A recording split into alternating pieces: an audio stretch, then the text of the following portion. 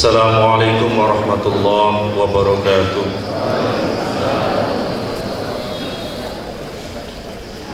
Innal hamdalillah nahmaduhu wa nasta'inuhu wa nastaghfiruh wa na'udzu billahi min shururi anfusina wa min sayyiati a'malina.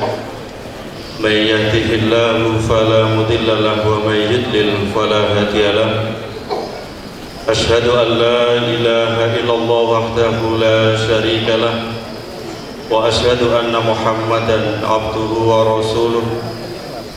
Allahumma salli wa sallim wa barik ala Muhammad wa ala alihi wa ashabihi ajma'in, amma ba'd. Yang kami hormati Ustaz Salim Afillah dari Masjid Jogokarian Yogyakarta,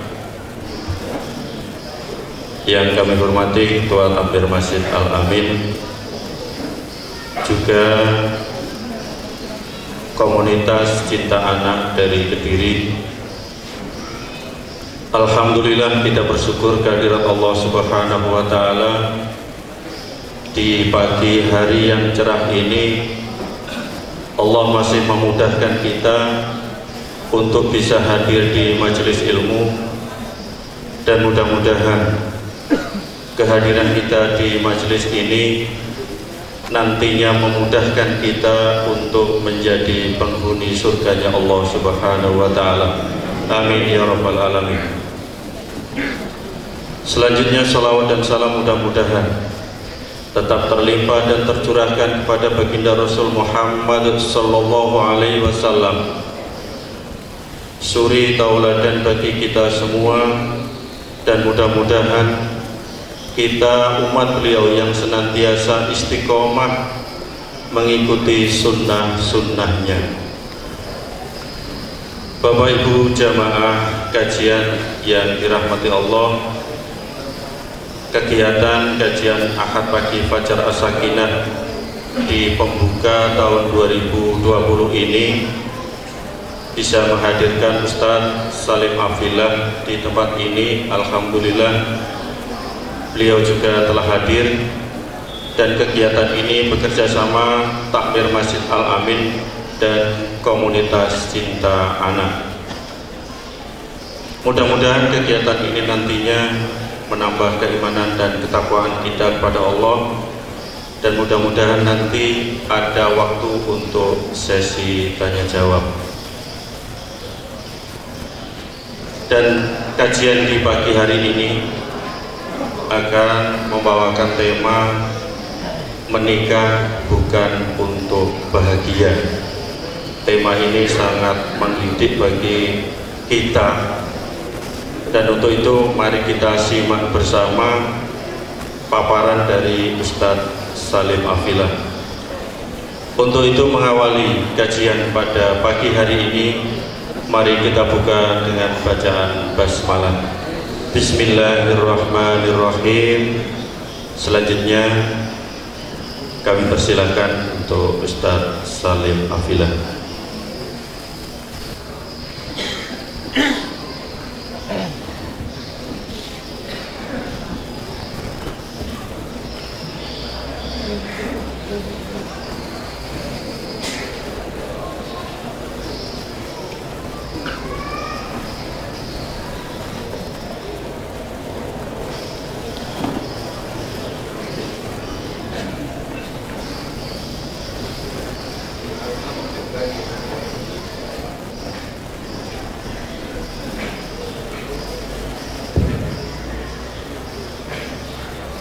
Alhamdulillahi haqqa hamdi. Alhamdulillahi hamdan katsiran tayyiban mubarakan fi.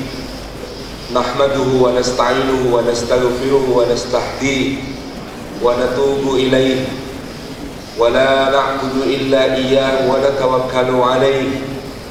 Allahumma fasalli wa sallim wa barik ala sayyidina wa habibina wa syafi'ina wa maulana Muhammadin wa ala alihi wa ala ashabihi wa dhurriyyatihi wa man tabi'ahum bi ihsanin ila yaumina hadza wa ba'di. Assalamu alaikum warahmatullahi wabarakatuh.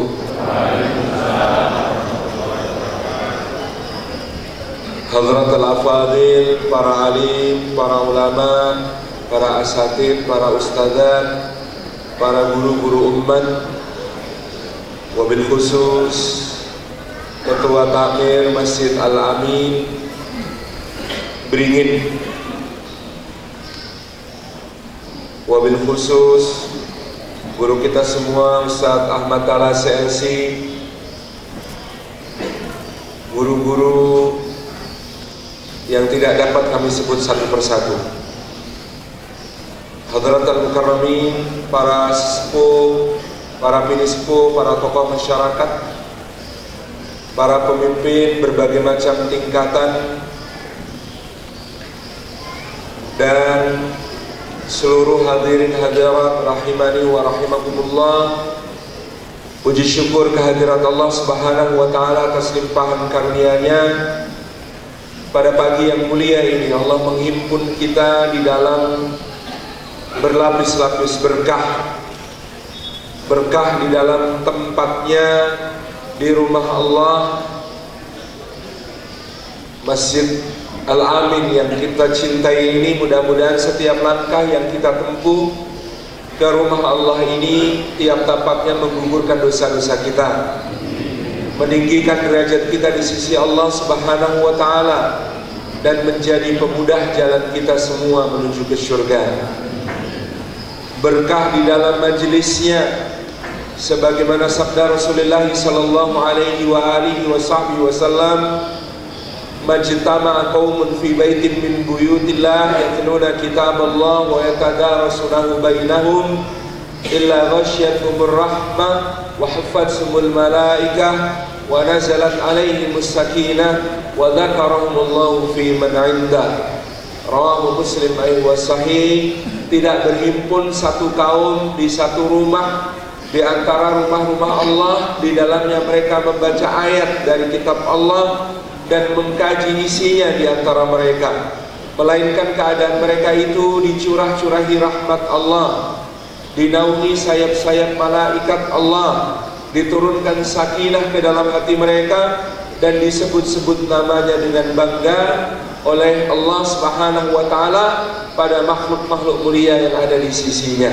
Mudah-mudahan kita semua mendapatkan semua keutamaan itu.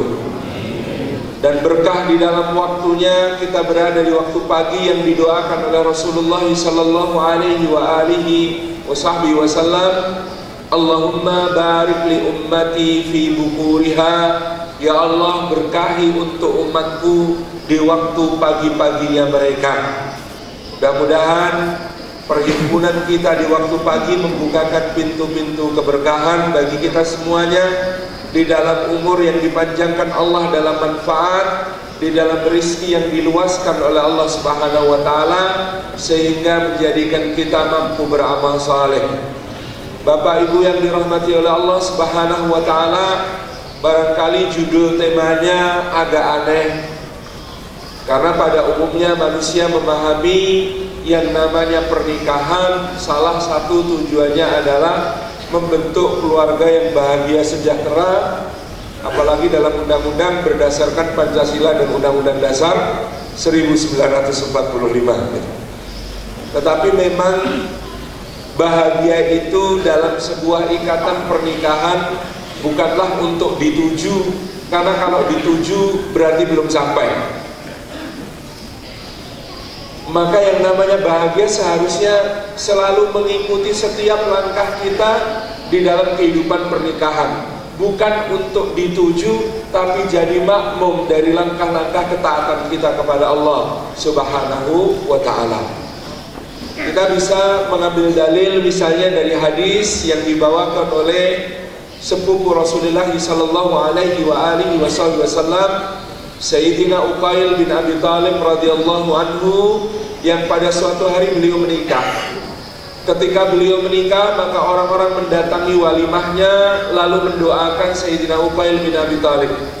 Sebagian besar mereka mendoakan dengan kata-kata birrafa'i wal banin, birrafa'i wal banin, semoga bahagia dan banyak anak. Tentu saja doa ini doa yang baik, mengharapkan pengantin suami istri ini mendapatkan kebahagiaan hidup dunianya dan juga mengharapkan mendapatkan banyak karunia Allah, rizki berupa anak-anak. Tetapi Sayyidina Uqail bin Abi Thalib kemudian berkata, jangan kalian doakan aku seperti itu, tapi doakanlah aku seperti doa yang diajarkan Rasulullah sallallahu alaihi wasallam kepada kita. Bagaimanakah doanya? Doanya berbunyi, barakallahu lak wa baraka alaik wa jama'a bainakuma fi khair. Atau juga bisa kalau langsung mendoakan keduanya, barakallahu lakuma wa baraka alaikuma wa jama'a bainakuma fi khair. Birrafai wal bani, semoga bahagia dan banyak anak adalah doa yang baik, tetapi belum bisa mencakup semua kebaikan yang diharapkan bagi orang yang menikah. Kata Uqail bin Abi Thalib, sedangkan doa Rasulullah SAW mencakup semua kebaikan yang bisa kita harapkan dari kehidupan sepasang suami istri ini, dunia dan akhirat. Arti doa itu, barakallahu lak, semoga Allah memberikan berkahnya kepadamu, yakni di dalam perkara-perkara yang membahagiakan, yang menyenangkan, yang baik, yang berupa anugerah, yang berupa nikmat, mendapatkan sesuatu, kelapangan, kesenangan. Itu hendaklah padanya didoakan berkah. Wa baraka alaik, dan semoga Allah memberikan berkah atasmu, yakni dalam perkara-perkara yang berat, yang susah, yang musibah, yang sempit, yang kehilangan. Itu juga perlu didoakan berkah. Wa jama'a bainakuma fi khair, dan semoga Allah menghimpun kalian berdua di dalam kebaikan, yakni kebaikan di dunia adalah ketaatan dan kebaikan di akhirat adalah ridha dan surganya Allah subhanahu wa ta'ala. Birrafai wal banin, doa yang tadi diucapkan adalah kebiasaan orang Arab, semoga bahagia. Nah, kita tahu kenapa bahagia ini tidak bisa mencakup semua kebaikan.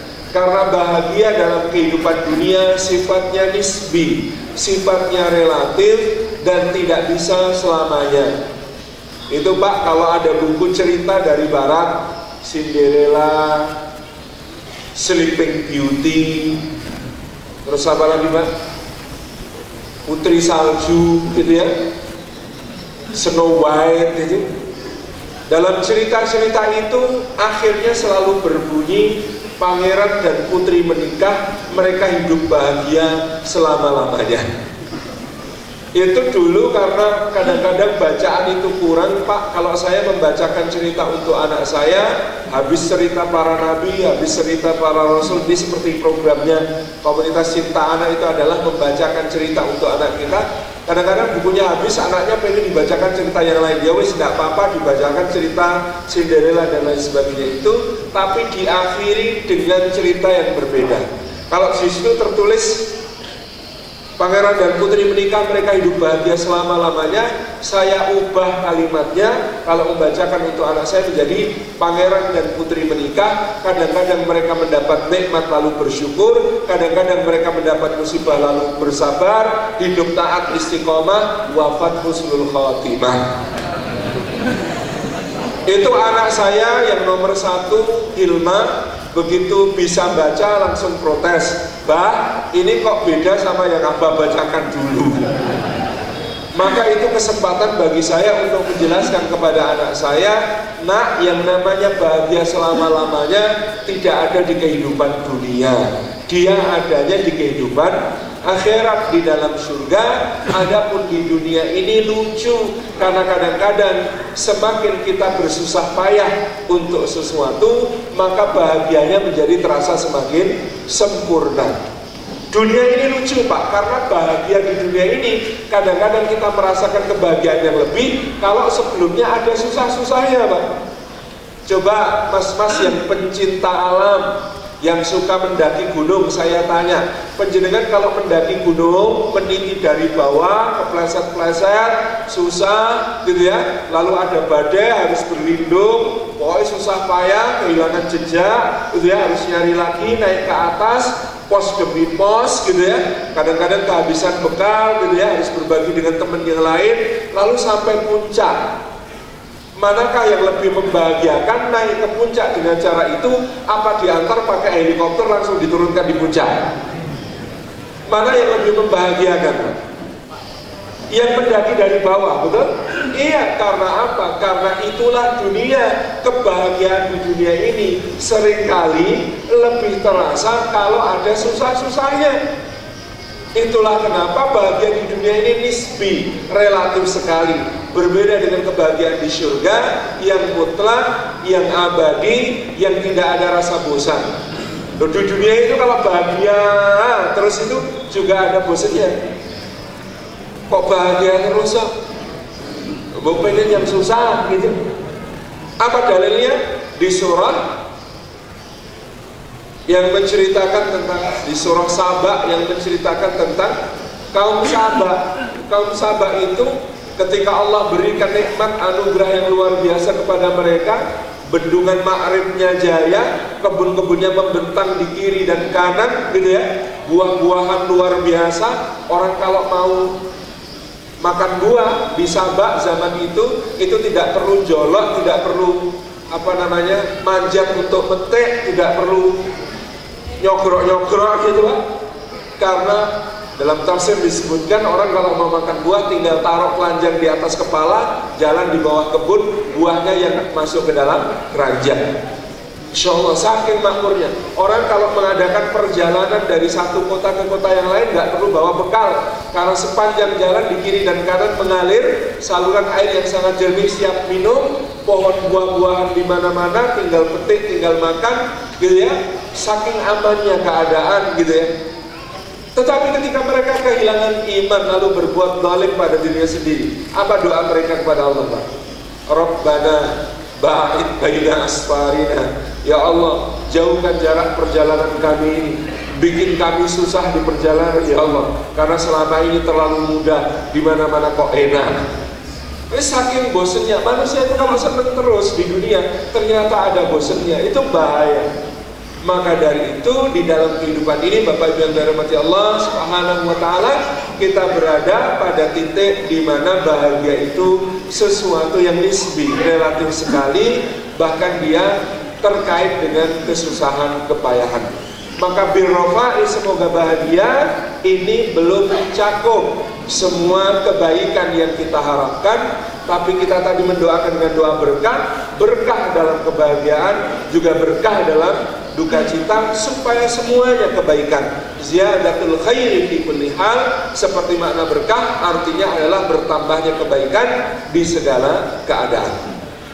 Lalu doanya orang Arab tadi, wal banin, semoga banyak anak. Oh, banyak anak itu juga belum tentu kebaikan, Pak.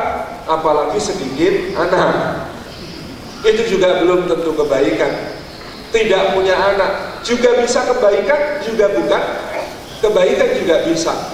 Diikat kebaikan itu bukan oleh jumlah atau ada tidaknya anak di dalam kehidupan sebuah keluarga. Kalau anak itu ukuran, maka niscaya nabi-nabi lebih berhak punya anak daripada kita. Nabi-nabi lebih berhak anaknya banyak daripada kita. Nabi-nabi lebih berhak punya anak dengan cara yang mudah daripada kita. Nyatanya Nabiullah Ibrahim alaihissalam nunggunya puluhan tahun, Pak. Nyatanya Nabi Zakaria nunggu Yahya sampai sudah tua, sudah lemah badannya, Pak.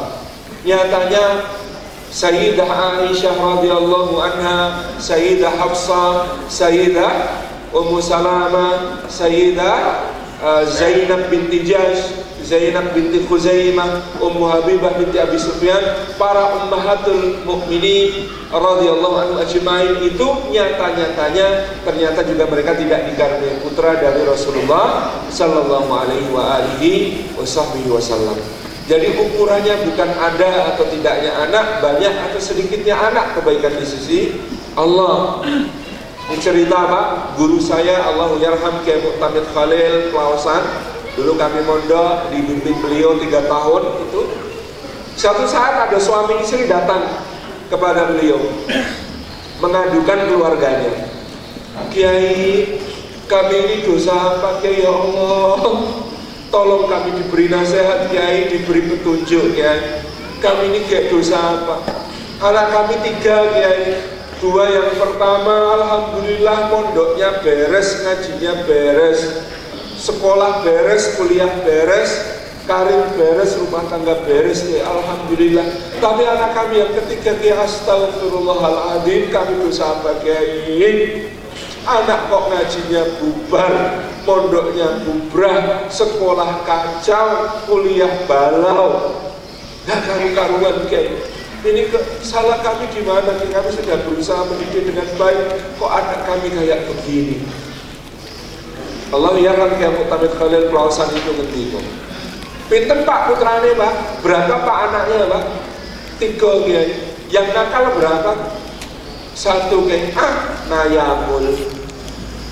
Kata orang alam, nayamul. Lumayan Pak. Kok lumayan bagaimana Pak Kiai? Loh ya di Quran itu loh, ada orang yang lebih soleh dari panjenengan, anak dari orang yang lebih soleh dari bapak panjenengan, cucu dari orang yang lebih soleh daripada simbahnya panjenengan, dan ini malah sesoleh-solehnya soleh, namanya Yakub bin Ishak bin Ibrahim alaihimussalam. Itu anaknya 12, yang nakal 10, yang soleh hilang. Coba bayangkan Pak, anaknya 12, yang nakal 10, yang soleh hilang. Jadi kalau dengan anaknya 3 kok yang nakal cuma 1, nah nyamul. Itu lumayan banget. Itu suami istri berpandangan. Istrinya bilang, Pak kayaknya kita salah curhat ini Pak. Pak Kiainya ekstrim contohnya. Loh enggak begitu Pak, Bu, wong saya ini cuma mengambil ibrah dari Quran. Jenengan usianya belum ada apa-apanya dari Nabi Yakub kalau soal jadi orang tua. Tapi penjenengan perhatikan Nabi Yakub, pertanyaannya Nabi Yakub happy ending apa mboten? Happy ending Pak, melumpuk sekeluarga semua, bahkan semua menjadi saksi saat beliau menjelang wafat. Ditanyai, mata buduna min ba'di, apa yang akan kalian ibadahi sepeninggalku? Semua putranya bisa jawab dengan baik bahwa kami akan mengibadahi Rabbnya bapak kami Ibrahim, Ismail, Ishak dan Yakub, Rabb semesta alam, tiada sekutu baginya. Dan itu bahagianya luar biasa Nabi Yakub menjelang wafat ketika anaknya bisa menjawab semua seperti itu. Clear Pak, happy ending. Pertanyaan berikutnya, kalau Nabi Yakub happy ending, apa yang dilakukan sehingga lewat musibah yang begitu luar biasa itu tetap happy ending? Apa Pak? Innama asku basti wa huzni ilallah, aku hanya mengadukan kesusahan dan kesedihanku kepada Gusti Allah. Itu Pak Bu, kalau mau sukses sampai akhir happy ending, maka mengadunya kepada Gusti Allah, jangan kepada saya. Saya juga punya anak saya juga ada masalah kok, malah ngadu sama saya. Waduh Pak Kiai, tapi gimana ya? Yes, pokoknya bismillah, berdoa terus, minta kepada Allah, mudah-mudahan anaknya jadi anak soleh, dikaruniai taubat nasuha, dan nggak usah tergesa-gesa aman Pak. Wong saya itu banyak melihat anak yang muakalnya luar biasa, asalkan bapak ibunya tetap mendoakan, insya Allah akhirnya jadi soleh. Ya biasanya solehnya setelah bapak ibunya wafat. Kok begitu Pak Kiai? Loh nyatanya begitu. Tapi saya benar banyak ketemu orang begitu Pak. Ketika bapak ibunya masih sugeng, muakal luar biasa. Tetapi ketika bapak ibunya wafat, jadi jalan hidayah. Laras boten banyak. Oh memang ternyata penghalang kesolehannya bapak ibunya. Meskipun mendoakan tapi jadi penghalang kesolehan. Lah gimana? Salah nggak berani negur. Bangun siang nggak berani bangunin untuk sholat subuh, nggak tegaan, menghalangi kesolehan Pak. Begitu bapak ibunya wafat jadi jalan hidayah. Jalan hidayah itu macam-macam. Bisa juga pernikahan. Saya kenal banyak temen yang waktu belum nikah bambu nggak karuan, playboy cap kampah, terus nggak karu-karuan di mana-mana bikin kerusakan gitu ya. Begitu menikah, masya Allah, jadi suami yang baik, yang soleh karena istrinya. Ini benar-benar Pak, istiqomah pakai qaf, bukan istiqamah Pak. Kalau istiqamah itu ikatan suami takut istri kalau di rumah.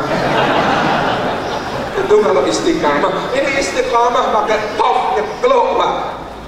Tabarakallah. Dan sebab hidayah itu macam-macam. Ada yang karena kuliah di luar negeri, di negara kafir Pak. Saya itu satu saat ketika pengajian di London, wah gaya tenang pengajian. Lulus gitu ya, pengajian di komunitas Indonesia di London waktu itu habis pengajian ada yang datengin saya, Pak Ustaz, perkenalkan saya ini dulu, mau apa Mas, mau minta maaf. Oh, minta maaf apa Mas? Enggak Ustaz, saya dulu waktu masih di Indonesia itu saya liberal Ustaz, kalau di Twitter suka bully dan nyinyir jenengan. Apa ini minta maaf kenapa? Sekarang saya sudah insya Ustaz di sini rasanya ternyata di Indonesia sama di Inggris beda. Di Indonesia dengar adzan tiap hari itu rasanya berempek, tapi begitu di Inggris itu kangen suara adzan. Akhirnya saya di sini jadi pengurus masjid Ustaz. Masya Allah Pak, itu jalan hidayah macam-macam. Di Indonesia kerjaannya nyinyirin Ustaz, begitu sampai di Inggris jadi pengurus masjid dan jadi panitia acara saya. Masya Allah, tabarakallah. Jadi tenang mawon, yang namanya hidayah itu datangnya nggak bisa dipaksakan. Yang penting penjenengan jadi bapak dan ibu, kata Kiai Mu'tamid Allah yarham, sepenting dongan ora pedot. Masya Allah. Jadi ini pelajaran penting bahwa yang namanya bahagia dan banyak anak bukan ukuran kebaikan.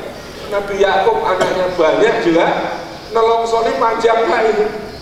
Tapi Masya Allah ya, ada seorang mufasir sampai mengatakan, kita kalau lihat cerita Yakub alaihissalam itu kita takjub. Gak ada ceritanya Nabi Yakub itu berdakwah kepada kaumnya dengan kalimat-kalimat seperti nabi-nabi sebelumnya. Kalau Nabi Hud, Nabi Saleh, Nabi Lut, Nabi Syu'aib, itu kan doanya dan kalimat-kalimat dakwahnya itu, ya qaumi ibudullaha ma lakum min ilahin ghairu, wahai kaumku, beribadahlah kepada Allah, tidak ada bagi kalian sesembahan selain Dia.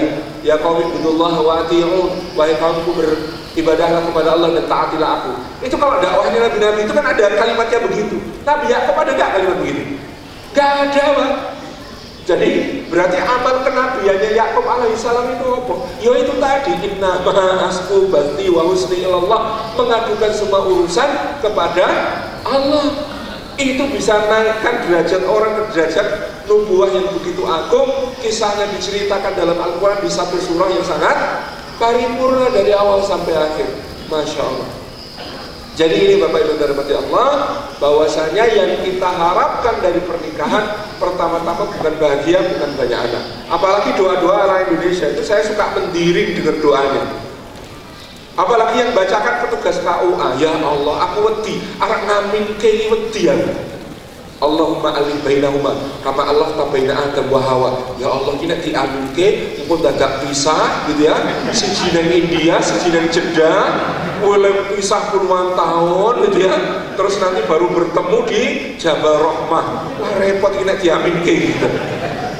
Wa alif bainahuma kama Allah tabaina Yusuf wa Sulaiman. Iki luwih serem meneh kena diaminke. Nanti dadak ada adegan nyobek-nyobek baju gitu ya. Satu lari di penjara gitu ya, ngiris-ngiris jari macam-macam. Wah ini serem ini kalau diaminkan gitu. Satu-satunya yang saya aminkan, wa alif bainahuma kama Allah tabaina sayyidina Muhammadin sallallahu alaihi wasallam wa Khadijatul Kubra. Nek iki rada perlu diaminke gitu. Nek berarti bojone tua-tua gitu. Kadang-kadang saya itu dengan doa-doa seperti itu tuh, aduh ini gimana ini gitu kan. Mau diaminkan, gak tega sama pengantinnya gitu. Kalau mustajab bahaya gitu. Kok diwoco tuh ngene gitu. Apalagi doanya umum, mugi-mugi langgeng deh sampai kakak-kakak nenek-nenek gitu. Habis kakak-kakak nenek-nenek, masih ada kehidupan setelahnya. Mudah-mudahan langgeng ya dunia akhirat. Itu juga kadang-kadang belum tentu baik. Karena di Al-Quran ada pasangan yang langgeng dunia akhirat. namanya Abu Lahab dan Ummu Jamil. Itu langgeng dunia akhirat, Pak. Wa imra'atuhu hamalatal hatab fi jidiha hablum min masad. Itu langgeng dunia akhirat. Di dunia kompak nyakiti Rasulullah sallallahu alaihi wasallam, di akhirat kompak di neraka jahanam. Itu kan langgeng dunia akhirat. Tapi Masya Allah ya, orang itu suka mengambil sisi positif segala hal. Ada cerita ini sebagai selingan di kitab Al-Ajwibah Al-Muskitah, jawaban-jawaban yang membungkam. Jadi ada orang namanya Ziyad bin Abihi. Kenapa disebut Ziyad bin Abihi? Ziyad anaknya bapaknya. Soalnya dulu bapaknya tidak diketahui siapa. Dia lahir sebagai anak budak, budaknya nggak mau ngaku siapa yang menghamili. Maka dia disebut Ziyad bin Abihi, Ziyad anak bapaknya. Akhir-akhir sebelum meninggal, Abu Sufyan bin Harb, pemimpin Quraisy dari Bani Umayyah itu ngaku, itu anak gue. Akhirnya kemudian Muawiyah bin Abi Sufyan, putra resminya Abu Sufyan, kemudian mengakui Ziyad sebagai saudaranya, kemudian diberi nama Ziyad bin Abi Sufyan. Meskipun ini sebenarnya tidak boleh menurut syariat, karena lahirnya di luar pernikahan, itu tidak boleh dinasabkan kepada bapak biologisnya. Nah, Ziyad bin Abi ini satu saat berdebat dengan kedua putranya Abu Lahab, namanya Utbah dan Utaibah, putranya Abu Lahab. Itu gontok-gontokan sampai akhirnya Ziyad bin Abi nesu, kemudian ngomong, "Weh, anak musuh Allah, hai anak musuh Allah." Nah, Utbah dan Utaibah ini bingung balasnya dia ya. Oh, ini wae balasnya. Alhamdulillah, meskipun bapak ibu kami musuh Allah, tapi pernikahannya disahkan oleh Al-Quran. Karena Al-Quran mengatakan wa imra'atuhu, dan istrinya, jelas berarti pernikahan bapak ibu kami itu sah menurut Al-Quran. Itu namanya orang yang bisa selalu mengambil sisi positif lah. Itu kan maksudnya mau nyindir Ziyad yang bapak dan ibunya tidak menikah secara resmi. Makanya mendingan kami meskipun musuh Allah, tapi bapak ibu kami nikahnya sah gitu. Bahkan disahkan oleh Al-Quran. Subhanallah tabarakallah. Jadi cerita-cerita semacam ini memang unik gitu. Nah, Bapak Ibu yang dirahmati Allah, tadi kita katakan doa yang sahih yang diajarkan Nabi Shallallahu Alaihi Wasallam untuk orang yang menikah adalah barakallahu lak, barakallahu lakuma. Semoga Allah memberikan berkah kepadamu. Kata kepadamu huruf lam ini isyarat untuk perkara-perkara yang menyenangkan, yang membahagiakan, yang berupa nikmat-nikmat, yang penuh dengan kelapangan, gitu ya, kesenangan. Ini perlu didoakan berkah, Pak. Karena kalau tidak didoakan berkah, bahaya.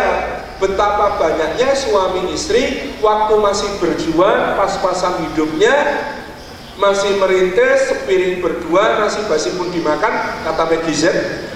Ingat waktu susah ya? Itu mereka kompak, mereka ikatannya kokoh, mereka jadi suami istri yang rukun dan senang bahagia. Tapi begitu karir menanjak, naik, masing-masing sibuk, dulu yang paling cantik istrinya, lama-lama kok tampaklah bahwa sekretaris di kantor lebih cantik daripada istri. Dulu yang paling ganteng dan baik hati suaminya, karena si istri sudah semakin sibuk jadi sosialita, aktivis di mana-mana, lama-lama sopir kok lebih nyaman dijadikan tempat curhat daripada suami. Kalau tidak didoakan berkah, harta kenikmatan-kenikmatan bisa mendatangkan kelalaian dan bahaya. Maka penting nikmat-nikmat itu didoakan berkah dengan doa barakallahu laka atau barakallahu lakuma. Ini yang sangat penting dan mendasar, bahwa kita ingin di dalam segala kebaikan itu ada kebaikan yang lebih tinggi, yaitu barokah. Apa bentuk berkahnya orang yang mendapat nikmat juga di dalam rumah tangga? Nabi Shallallahu Alaihi Wasallam berkata, ajaban li amril mu'min kana kullu amrihi khair. Menakjubkan urusan orang beriman, semua urusannya itu baik, semua urusannya itu kebaikan. Dan seperti itu tidak terjadi kecuali kepada yang beriman. Apa buktinya? Ketika dia mendapat nikmat, dia bersyukur. Masya Allah Pak, kalau didoakan berkah, maka suami istri yang mendapatkan nikmat Allah tambah bersyukur. Di mana baiknya bersyukur? La in syakartum la azidannakum. Kalau kalian bertambah syukurnya kepada Allah atas nikmat yang dianugerahkan, Allah tambahkan pula nikmat-nikmat yang dianugerahkannya kepada kalian. Jadi monggo Bapak Ibu, rumah tangga yang berkah itu kalau mau bahagia jadi makmumnya, pertama-tama disikapi dengan segala nikmat itu bersyukur sebagai tanda berkah tadi. Karena berkah itu kalau kemudian mendapat nikmat, dia bersyukur kepada Allah. Menapa menika kalau disyukuri, masya Allah, tambah nikmat itu. Ibu-ibu mulai mensyukuri suami, Bu. Suami kalau disyukuri, Allah tambahkan kenikmatan melalui suami. Saya pernah melakukan survei tahun sekitar 2008 atau 2009 di sebuah pelatihan rumah tanggaan. Menikah surveinya, saya mensurvei kalimat manakah yang paling menyakitkan bagi seorang laki-laki, bagi seorang suami. Ternyata 80% jawabannya serupa, Pak. Kalimat yang paling menyakitkan bagi suami, bagi laki-laki adalah kalimat yang meninggalkan eksistensi, yang membuat dia merasa tidak berguna, yang membuat keberadaannya dianggap tidak ada. Contoh, aku tuh bisa, Pak, gak usah ada kamu tuh gak apa-apa. Kalimat semacam itu kalimat yang menyakitkan bagi seorang lelaki. Apalagi kalau kalimatnya lebih ekstrim. Oh alah Pak, kalau nggak tak pelihara jadi suami, sudah di kolong jembatan kamu, Pak. Nah, misalnya semacam ini adalah kalimat-kalimat yang kemudian paling menyakitkan bagi suami. Artinya apa, ibu-ibu? Jaga diri kita dari kalimat semacam itu, karena peringatan Rasulullah, wanita itu kufur nikmat kepada suami. Maka perbanyak sedekah, kata Nabi. Kenapa? Karena kufur nikmat kepada suami. Apa bentuk kufur nikmatnya? Rasulullah mengindikasikan wanita itu kadang-kadang suaminya sudah berbuat baik sekian tahun, begitu suaminya satu saat melakukan kesalahan, maka istrinya berkata, kamu belum pernah berbuat baik sedikit pun sama aku, Mas. Padahal baiknya lama. Lalu kemudian melakukan satu kesalahan, lalu dihukumi, kamu belum pernah berbuat baik sedikit pun sama aku, Mas. Nah, ini adalah kalimat yang berbahaya. Maka pelajaran berikutnya, Bu, adalah ubah kalimatnya menjadi kalimat menghargai suami, menghormati suami, takzim pada suami. Maka di situ suami akan bertambah-tambah kecintaannya, bertambah-tambah kebaikannya. Contoh, Masya Allah Mas, matur nuwun, kalau tanpa Mas aku nggak mungkin bisa berkiprah seperti sekarang. Dengan dukungan Mas, alhamdulillah majelis taklim yang ku gerakkan sekarang membesar, Mas. Matur nuwun ya Mas ya. Atau ketika berangkat bekerja, Bu, ini termasuk gerakan anti korupsi, Pak.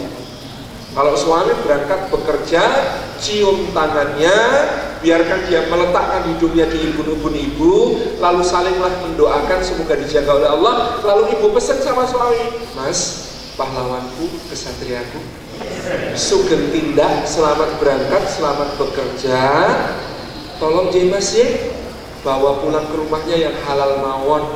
Kami ini kalau disuruh sabar lapar, insya Allah masih kuat, tapi nggak mungkin kuat kalau disuruh menghadapi api neraka. Selamat berjuang kekasihku, cintaku, I love you. Mwah. Ini bapak-bapak kalau pagi hari kok dilepas seperti ini, Pak, kemungkinannya dua, berangkat dengan berkobar-kobar atau nggak jadi berangkat.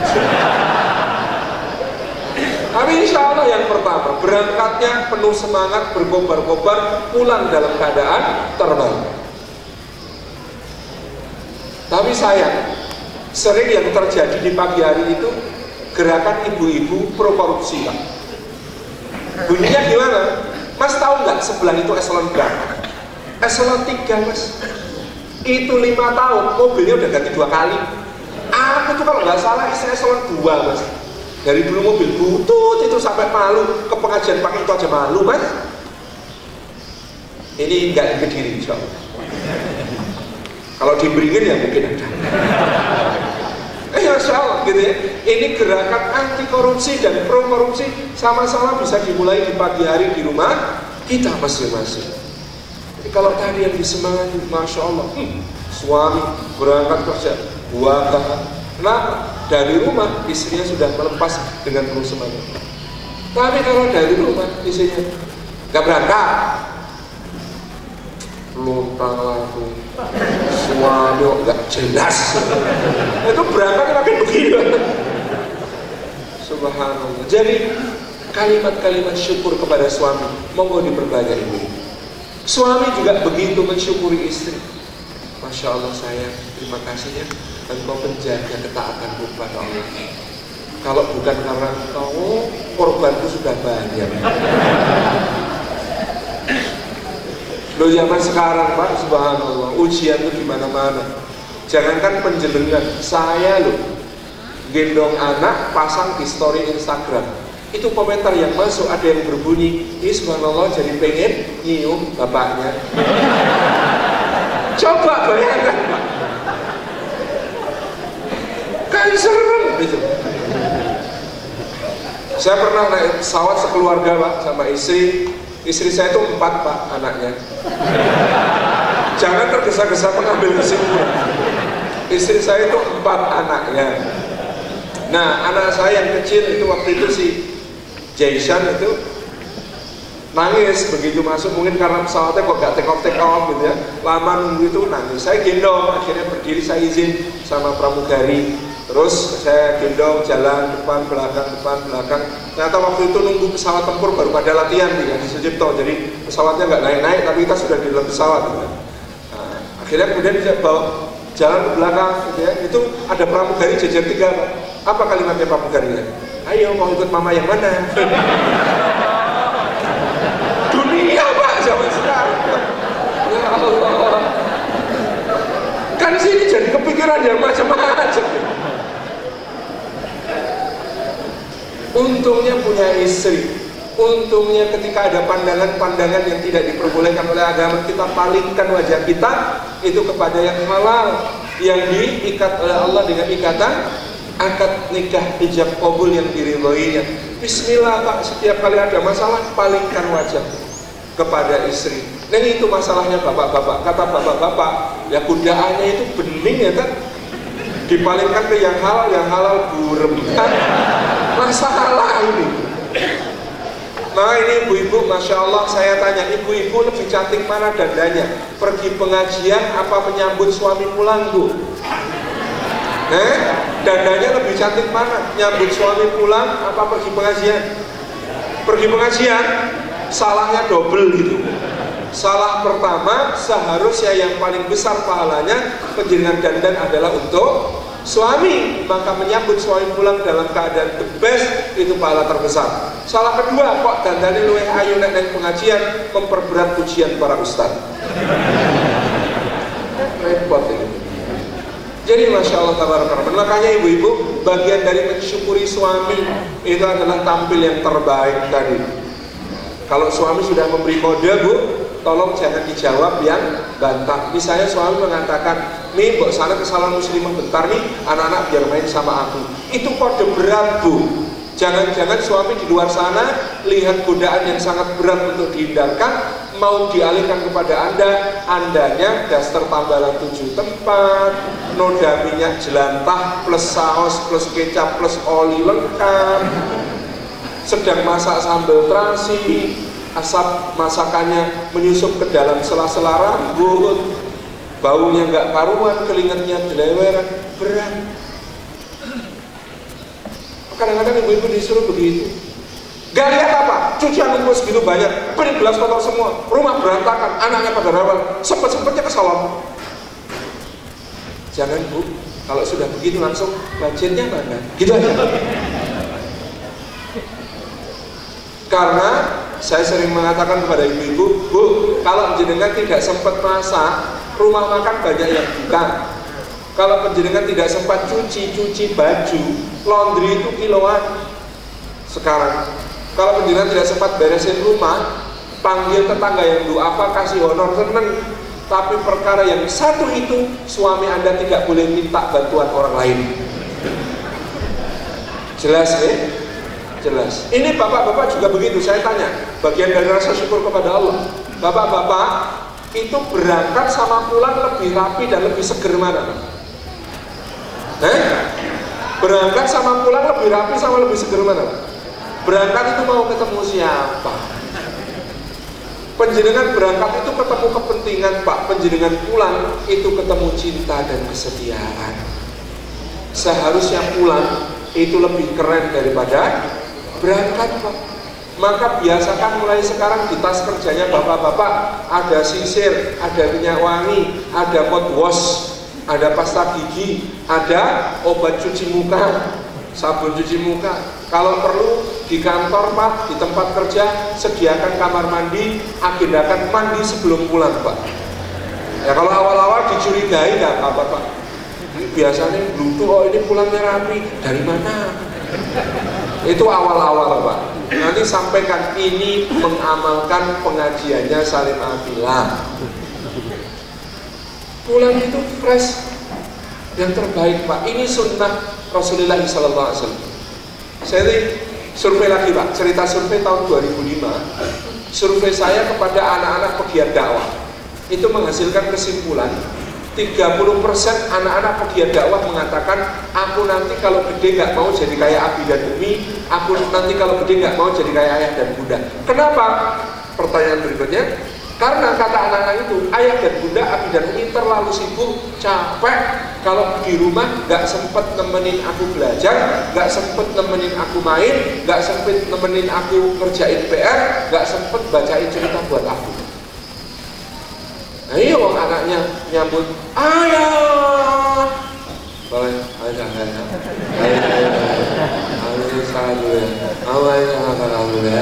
terus ambruk di sofa. Itu nilai perjuangan, bahaya pewarisannya Pak. Kalau anak kita menganggap apa yang kita kerjakan di luar merebut kebahagiaannya, padahal yang kita kerjakan di luar, majelis taklim, rapat organisasi, menggerakkan organisasi dakwah, gitu ya, bergiat di pengurus daerah Muhammadiyah misalnya gitu, tapi pulang hanya tinggal capeknya, anak-anak akan memandang negatif apa yang kita lakukan. Bahaya sekali Pak. Pertanyaannya apa tidak boleh sibuk? Boleh Pak. Kita dengan Nabi SAW lebih sibuk mana? Sibuk Rasulullah SAW. Tapi apa yang kurang? Kita kadang tidak mengamalkan sunnah Rasulullah, namanya sunnah pulang. Sayyidina Anas ibn Malik radhiyallahu anhu bercerita, tidak pernah Rasulullah mengetuk pintu, meminta izin masuk, mengucap salam kepada keluarganya, melainkan beliau telah bersiwak terlebih dahulu dan memakai minyak wanginya. Bayangkan Pak, nggak pernah ngetuk pintu, ucap salam, minta izin masuk kepada keluarga, melainkan sudah fresh, bersiwak dan memakai minyak wangi. Nggak ada cerita kan Nabi pulang ketemu keluarganya, bajunya bau, keringetnya wasem, gitu ya, mulutnya bau. Enggak, sunnahnya pulang the best. Anaknya nyambut, anakku, I love you. Set, kemudian digendong, diterbangkan Pak, muter-muter sampai pusing. Main sama anak-anak dengan yang terbaik. Nah, saya itu sering menganjurkan bapak-bapak, kok sekarang anak-anak itu kecanduan gadget, kecanduan game online, kecanduan HP. Kenapa Pak? Rahasianya satu, karena yang namanya gadget itu responsif Pak. Kalau disentuh, dipencet, dia kasih respon Pak. Sementara bapak ibunya kadang-kadang silent mode. Dipanggil kalau belum 3 kali belum nengok. Pak, apa? Sementara gadget selalu memberi respon. Maka misi jadi bapak, jadi ibu zaman now supaya anak tidak kecanduan gadget itu simple. Jadilah orang tua yang kalau disentuh-sentuh dan dipencet-pencet lebih asik daripada gadget. Kayak anak saya Pak, itu nggak perlu beli alat mainan yang banyak-banyak karena bapaknya itu alat mainan.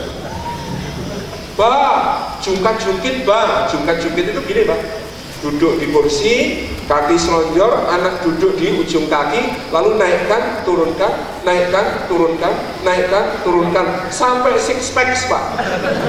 So, nggak perlu nge-gym Pak. Ayunan ayunan itu begini Pak.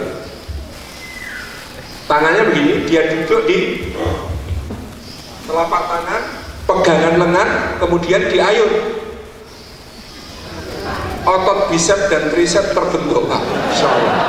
Kemudian apa lagi Pak? Komedi putar itu yang paling berat Pak. Komedi putar kan begini, kita jengkel, tangan direntangkan, dia duduk di ujung tangan kanan, pegangi badannya pakai tangan kiri, kemudian kita berdiri, naikkan dan turunkan sambil putar sampai capek. Itu Masya Allah, seluruh badan bergerak. Kemudian apalagi prosotan. Nah, prosotan itu ada syaratnya Pak, pakai sarung yang sudah lawas, yang sudah halus, kaosnya juga begitu, duduk di sofa begini, terus dia duduk di muka, mengamalkan lagu Pak Kusir yang sedang bekerja itu kan duduk di muka gitu ya. Mukanya bapaknya sendiri telusur gitu Pak. Masya Allah. Jadi ini yang membuat kita tidak perlu pergi nge-gym Pak, karena saya pernah nge-gym itu kok dilirik-lirik sama sebelah dan cowok serem.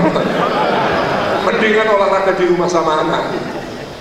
Kalau jadi korban menambah 196 jadi 190, tujuan bahaya gitu. Jadi tabarak rahmat ini yang kemudian kita lakukan.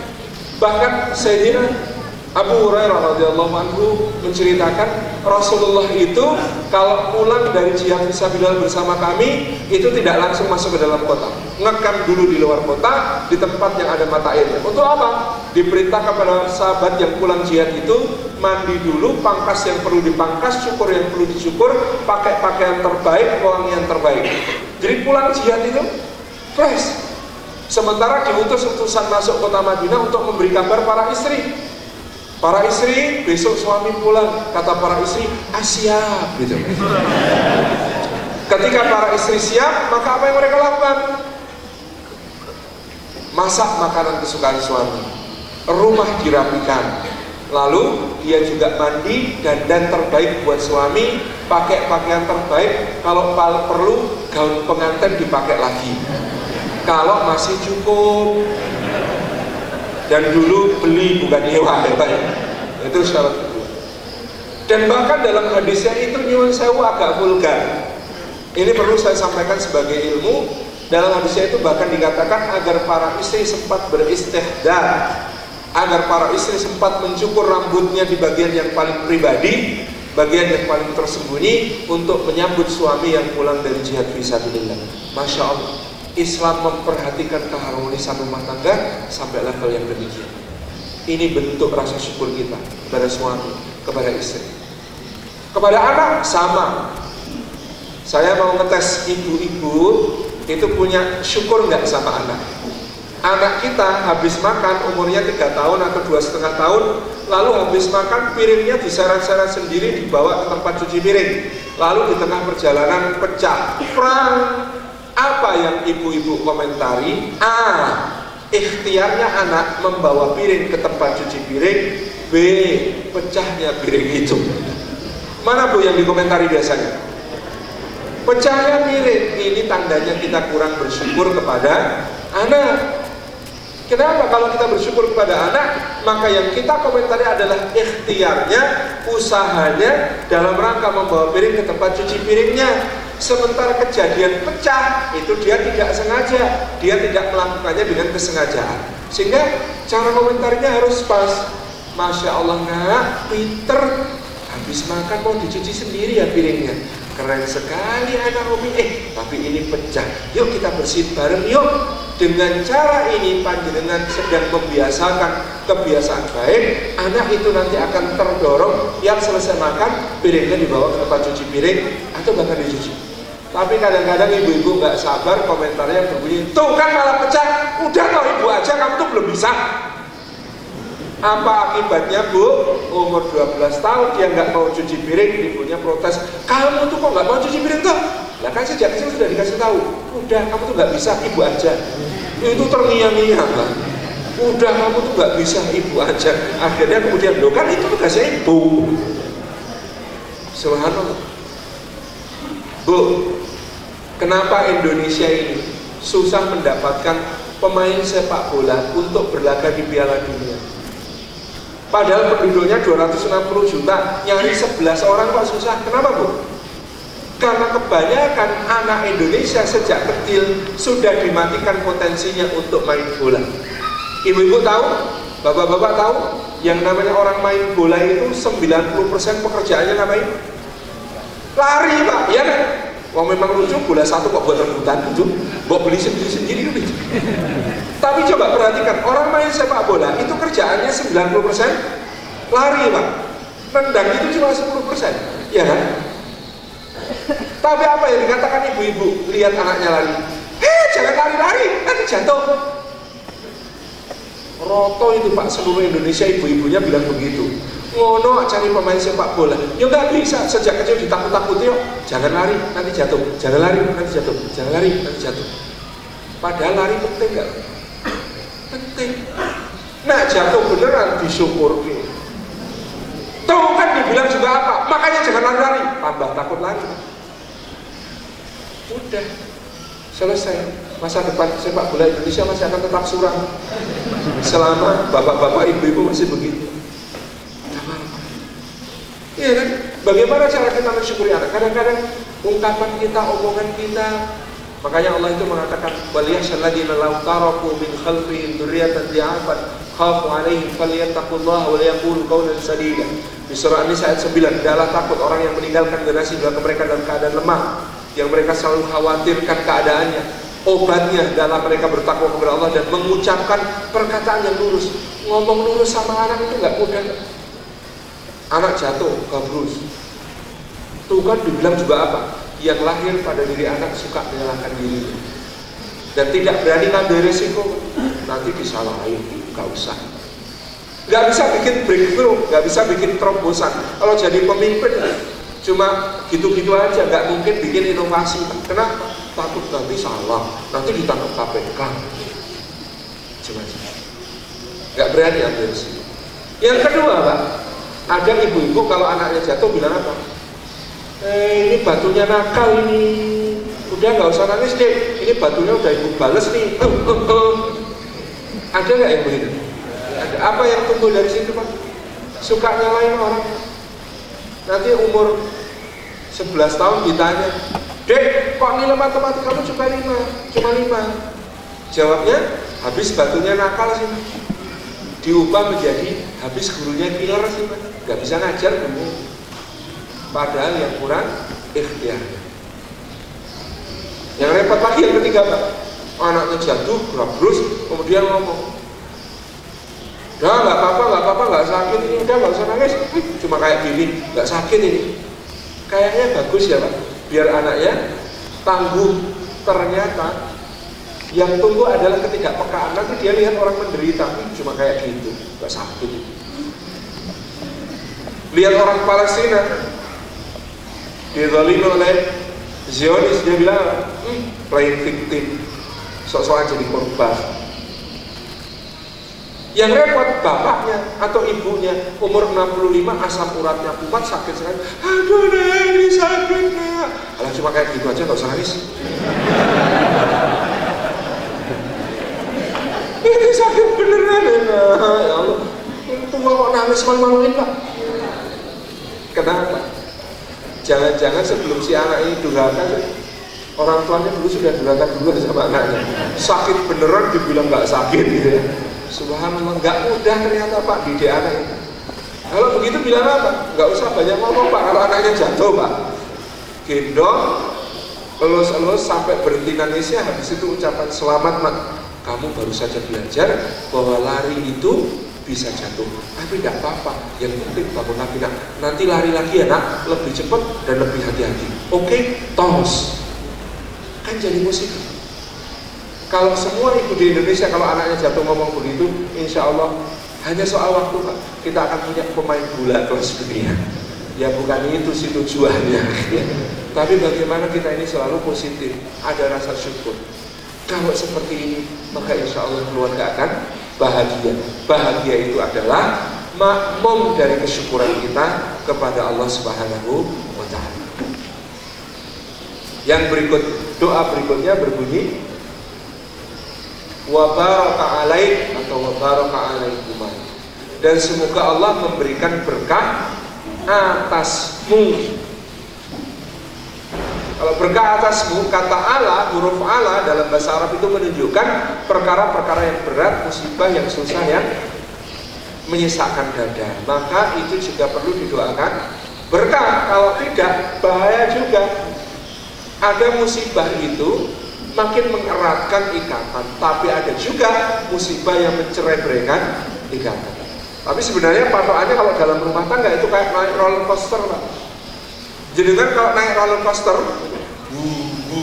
yang muter-muter gak karu-karuan itu. Kalau sedang ngeri-ngerinya apa yang dilakukan? Loncat keluar, apa makin mengeratkan pelukan kepada pasangan? Makin mengeratkan pelukan. Sama, kalau kita sedang ada masalah di rumah tangga, yang harus kita lakukan bukan loncat keluar, apalagi cari alternatif lain. Tapi justru yang kita lakukan adalah mengeratkan ikatan, mengeratkan pelukan. Masya Allah, orang kalau didoakan berkah, musibah kayak apapun, itu memperkuat. Saya punya kawan, Pak, di Australia, di kota Perth, di Western Australia. Ini teman saya ini bekerja di sektor pertambangan, Pak, di tambang batu bara. Tahun 2011, 2012 itu lagi jaya-jayanya, Pak, batu bara di Australia. Harganya membumbung tinggi, maka karyawan perusahaan pertambangan ini gajinya wis orang karu-karuan. Wah, ya, makmur. Alhamdulillah.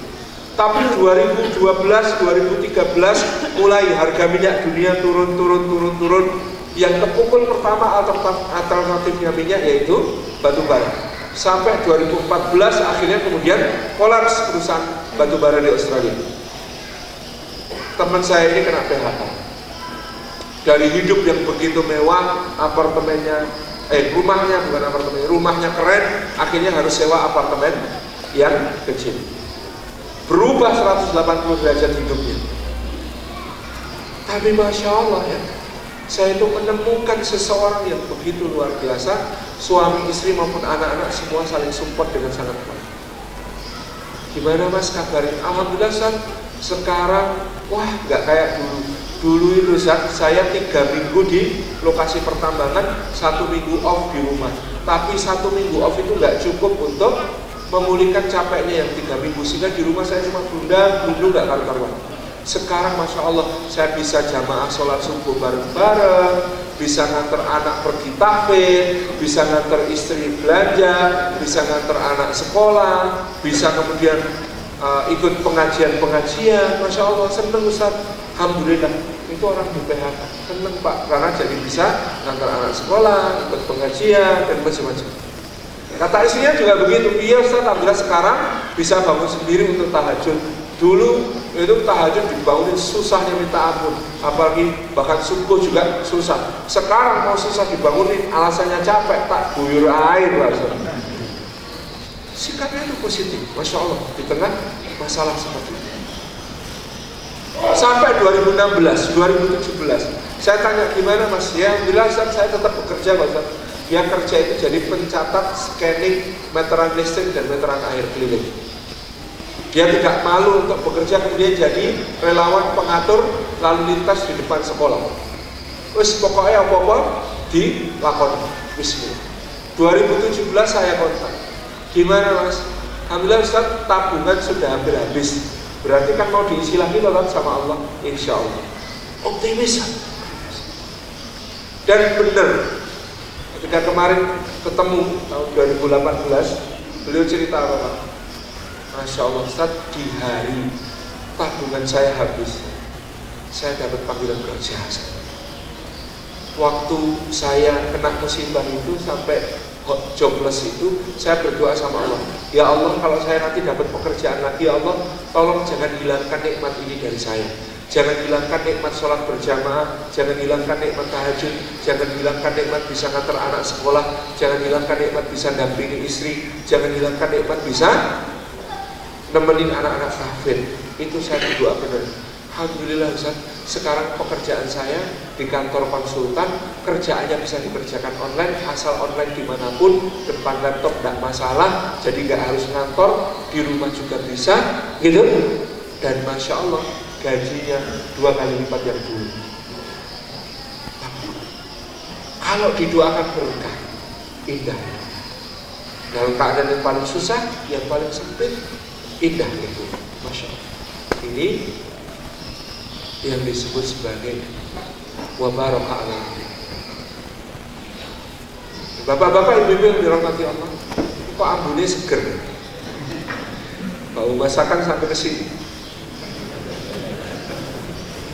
Ini kalau di hadis termasuk menyakiti tetangga, mencium baunya tapi tidak merasakan rasanya. Bapak ibu yang dirahmati oleh Allah Subhanahu wa taala, maka dalam soal rezeki, dalam soal hal, bismillah. Yang namanya pernikahan itu Mas, iyakunu fuqara ayughniyahumullahu fadlin. Kalau kita fakir, Allah punya janji untuk mencukupi kita dari karunia-Nya. Bismillah. Mas-mas yang masih bujangan, jangan takut nikah Mas. Karena Allah Maha Pemberi rezeki. Tapi ya sabar, orang yuk nikah ujuk-ujuk gajinya naik 10 kali lipat, bukan. Tapi bagaimana dengan pernikahan Anda mendapatkan seorang pendamping yang membukakan pintu-pintu rezeki karena doa-doanya, insya Allah. Ini ada suami istri Mas, Masya Allah. Suami istri nikah, gitu ya. Lalu mereka ya karena pas-pasan Pak, itu ngontrak rumah di dalam gang sempit, itu motor saja harus dituntun kalau masuk ke situ. Itu begitu masuk ke dalam rumah, kontrakan kecil, suaminya ngomong sama istrinya, maaf ya dek, belum bisa belikan rumah dan ini juga kontrakannya kecil banget. Kata istrinya, nggak apa-apa Mas, kan punya rumah itu nggak wajib. Oh iya ya dek, yang punya rumah itu nggak wajib ya dek ya. Enggak Mas, yang wajib itu sholat. Alhamdulillah kata suami. Loh, terus kamu nggak pengen punya rumah toh dek? Pengen banget Mas punya rumah, tapi nanti di surga. Kalau di dunia asal bersamamu, pindah-pindah kontrakan nggak apa-apa.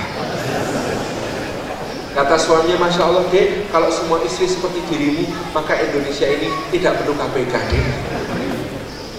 Akhirnya mereka jalani kehidupan di rumah kecil itu. Tapi ternyata istrinya itu pintar memperbesar rumah Pak. Caranya gimana memperbesar rumahnya Pak? Setiap sore dia sediakan snack, makanan kecil, minuman, jus. Anak-anak tetangga dipanggil, suruh makan di rumah itu, kemudian diajari ngaji. Abatasa sedikit demi sedikit. Makin lama karena makanannya enak-enak, anak-anak yang bergabung makin banyak. 4 bulan kemudian suaminya terpaksa kontrak rumah yang lebih besar. Awes ora cukup itu untuk ngaji anak-anak kecil ini. Alhamdulillah bulan keempat ngontrak rumah yang lebih besar, anak-anak ngaji yang makin banyak juga. Sampai ketika itu jumlahnya mencapai 20 orang di rumah ini. Satu saat anak-anak yang ngaji ini itu ketemu krayon, seneng banget ketemu pastel itu untuk gambar. Yang dipakai gambar tembok, gambar gunung, sebelahnya gunung lagi, di tengah-tengahnya ada matahari sedang terbit. Dari ujung kanan atas ke kiri bawah ada jalan, di atas jalan ada sawah, di bawah jalan ada rumah, ada pohon, ada ayam sedang nopal jagung. Di atas gunung ada awan-awan dan ada burung-burung, bentuknya huruf V yang penyet itu. Diorak-orak diwarnai pakai krayon. Tepat pada saat itu pemilik rumah ngecek kontrakan. Marah, aku tuh nyewakan rumah bukan untuk dirusak, dicoret-coret, dikotori seperti ini. Apa ini Mas? Anak-anak yang ngaji bubar, takut sama pemilik rumah. Istrinya masuk ke kamar nangis. Lalu cuma anak-anak ngaji. Masa orang-orang temboknya gitu aja dimarahin kayak gitu? Kan besok bisa dicat lagi. Nanti kalau pada nggak mau ngaji terus gimana? Ketika istrinya nangis, suaminya berkata kepada Allah dalam doanya, ya Allah, kalau punya rumah itu baik ya Allah, bisa untuk anak-anak ngaji ya Allah. Kalau orang-orang tembok tidak ada yang memarahi ya Allah, ya sudah ya Allah, kalau begitu kami tidak keberatan dikasih rumah ya Allah. Loh, penjelasan dikasih itu keberatan betul? Harusnya keberatan Pak, karena kalau dikasih sesuatu itu ada pertanggungjawabannya. Wong sama ibu aja ditanya kok. Jenengan dulu aku kecil minta uang sama ibu, Bu, nyuwun arto 5.000. Apa jawaban ibu? Giopo, ya. Buat apa? Loh, kita setiap hari minta sesuatu sama Allah. Memangnya Allah tidak tanya, gopo. Memangnya Allah tidak tanya, mau buat apa? Pertanyaan Allah bahkan double pertanyaannya Allah itu. Gimana kamu ngambilnya? Gimana kamu gunakannya? Iya kan? Pertanyaan Allah itu double kan?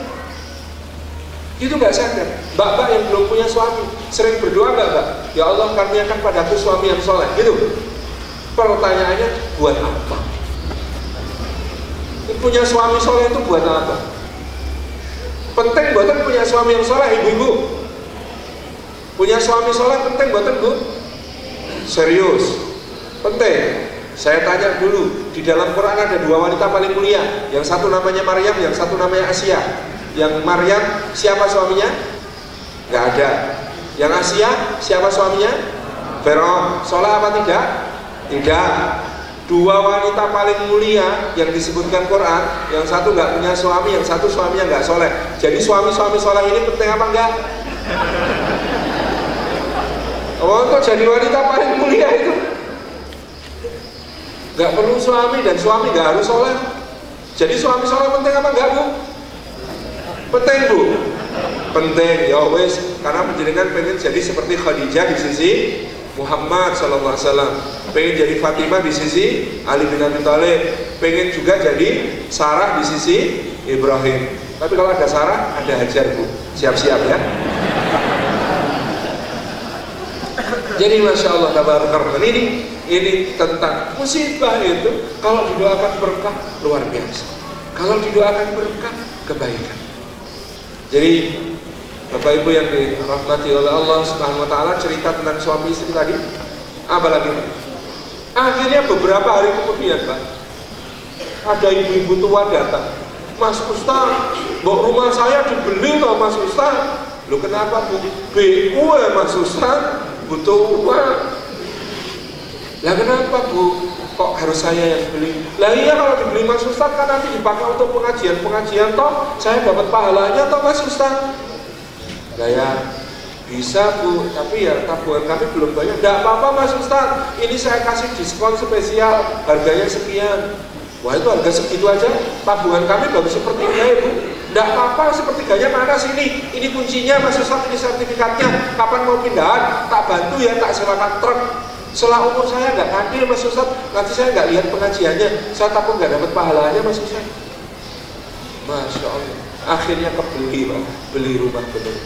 Gue sudah di rumah itu, Pak, tiap hari kan kemana-mana naik motornya Honda Beat, Pak. Itu ditegur sama tetangga, Mas Ustaz, itu kalau motornya bisa protes Mas Ustaz, jerit Mas Ustaz. Motor Honda Beat kecil gitu kok dinaiki orang gede-gede sama anak-anaknya. Istrinya bilang sabar, gak usah digubris ya, mau kalau naik mobil nanti belum tentu bisa semesra ini. Masya Allah, istrinya sabar betul. Tapi satu hari istrinya nangis lagi, Pak. Kenapa? Tetangga sebelah gagal ginjal, harus cuci darah, sudah sepuh, umur 60-an, diantar suaminya. Satu hari ketika diantar suaminya pulang, kehujanan deras, malah demam, menggigil, panas tinggi, harus opnam. Istrinya nangis lagi. Ya Allah, itu kok yang gak ada yang nganter. Kasihan anak-anaknya pada kemana kok gak ada yang nganter pakai mobil, itu malah kehujanan, malah sakit lagi. Ketika istrinya nangis, suaminya berdoa, ya Allah, kalau punya mobil itu baik ya Allah, bisa untuk nganter tetangga cuci darah ya Allah, biar gak kehujanan. Juga kadang-kadang nganter istri anak belanja sama sekolah ya Allah. Ya sudah ya Allah, kami gak keberatan dikasih mobil. Suatu saat karena orang ini punya Pak, dusun binaan di lereng gunung gitu. Maka kalau pengajian di sana itu parkir di bawah, jalan kaki naik ke atas. Pulang isi pengajian, Pak, itu dihadang warga, Pak. Mas Ustaz, ada mobil dijual Mas Ustaz, harus dibeli Mas Ustaz. Loh, kok harus saya beli? Iya Mas Ustaz, harus tanggung jawab. Tanggung jawab gimana? Itu mobilnya itu miliknya Pak Pendeta yang sering kegiatan di sini. Sejak Mas Ustaz suka bakso dan mengajar di sini, Pak Pendetanya nggak laku. Makanya mobilnya mau dijual, dibeli Mas Ustaz. Kan nggak harus saya Pak yang beli, ya harus Mas Ustaz, biar mobilnya dari mobil murtad jadi mobil mu'alaf.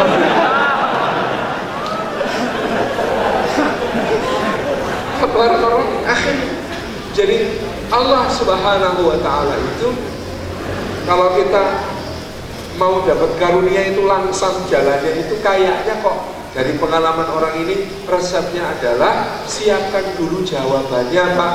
Kalau diparingi ini itu mau dipakai apa gitu. Kalau dipakai untuk manfaat fisabilillah, maka insya Allah Allah akan segera berikan. Jangan pengen memperbesar rumah Pak, gampang tadi caranya. Undang anak-anak untuk ngaji di rumah, nanti rumahnya tambah gede Pak. Ya kepaksa ya dia benar kita. Jadi Masya Allah. Yang ketiga, wa jama'a bainakum fi khair. Oh, setengah wali. Biasanya sampai jam berapa Pak? Hah? 9. Ya saya selesaikan sekarang. Wa jama'a bainakum fi khair, dan semoga Allah menghimpun kalian berdua di dalam kebaikan al-khair di dunia, yakni at-ta'ah. Di dunia yang namanya al-khair, kebaikan itu adalah ketaatan. Maka semoga Allah menghimpun kalian berdua dalam ketaatan. Mari kita jadikan rumah tangga sebagai wasilah ibadah kita kepada Allah. Suami dan istri saling mendukung dalam ibadah. Makanya Nabi SAW menyampaikan, Allah merahmati suami yang bangun qiyamul lail, lalu dia bangunkan istrinya untuk qiyamul lail. Kalau istrinya nggak mau bangun, dia percikan air dengan lembut ke wajahnya. Dan Allah merahmati istri yang bangun qiyamul lail. Kalau lalu dia membangunkan suami untuk qiyamul lail. Kalau suaminya nggak mau bangun, maka dia gerujuk pakai ember. Kalau ini kalimat saya Pak, hadis aslinya, dia percikan air dengan lembut ke wajah. Masya Allah. Jadi saling mendukung dalam ketaatan, ini bagian dari misi besar kita dalam keluarga, dalam rumah tangga. Mudah-mudahan Allah senantiasa memberikan kepada kita al-khair di dunia berupa ketaatan, saling dukung suami istri, berlomba-lomba dalam kebaikan. Masya Allah ya Pak ya. Kalau berkah itu suaminya sama istrinya itu berlomba-lomba. Lalu istrinya ngomong, Mas, nyuruh ngapunten je, kemarin dikasih 20 juta sama Mas untuk memperbarui alat-alat dapur. Tapi ya Allah Mas, saya tadi ke masjid Mas. Di Masjid Al-Amin itu alat-alat untuk persiapan buka bersama Ramadan, itu piring, gelas sama sendoknya banyak yang hilang Mas. Ya sudah, yang 20 juta saya titipkan untuk ya Mas, untuk memperbarui alat-alat takjilan di masjid. Ngapunten ya Mas, belum jadi memperbarui kitchen set. Atau saya tidak apa-apa deh, alhamdulillah kalau itu manfaat. Terus Mas, ada yang bisa diberikan ke saya untuk nafkah belum Mas? Nah ini dompet itu kosong ya Dek. Kok kosong kenapa? Nah, kemarin kan aku nyimpan 10, soalnya yang 20 kamu pakai. Yang 10 itu rencananya kan juga mau tak pakai untuk memperbaiki pagar depan. Tadi aku panti asuhan sebelah Dek, itu plafonnya jebol Dek. Ya Allah kasihan Dek, santri-santrinya pada gatelan itu karena banyak debu turun. Makanya tak minta untuk memperbaiki plafon panti asuhan dulu Dek. Maaf ya Dek ya, jadi saya belum bisa kasih apa-apa buat kamu. Tidak apa-apa Mas, dompet kosong, insya Allah segera diisi sama Allah. Jadi orang kalau, Masya Allah ya, tabarak orang kalau apa namanya, wajah maaf bainakum fil khair itu disawat indah sekali, semua amal kebaikannya berkah. Mudah-mudahan kajian kita bermanfaat. Menikah itu bukan untuk bahagia, tapi untuk beribadah. Ibadah menjadikan berkah. Bahagia itu cuma makmum, kemanapun akan ikut kepada berkah. Karena berkah itu al-luzum was-subur, nikmat yang tetap dan terus melekat, an-nama wa ziyadah, nikmat yang tumbuh dan berkembang, dan dia adalah as-sa'adah atau kebahagiaan. Wassalamualaikum warahmatullahi wabarakatuh.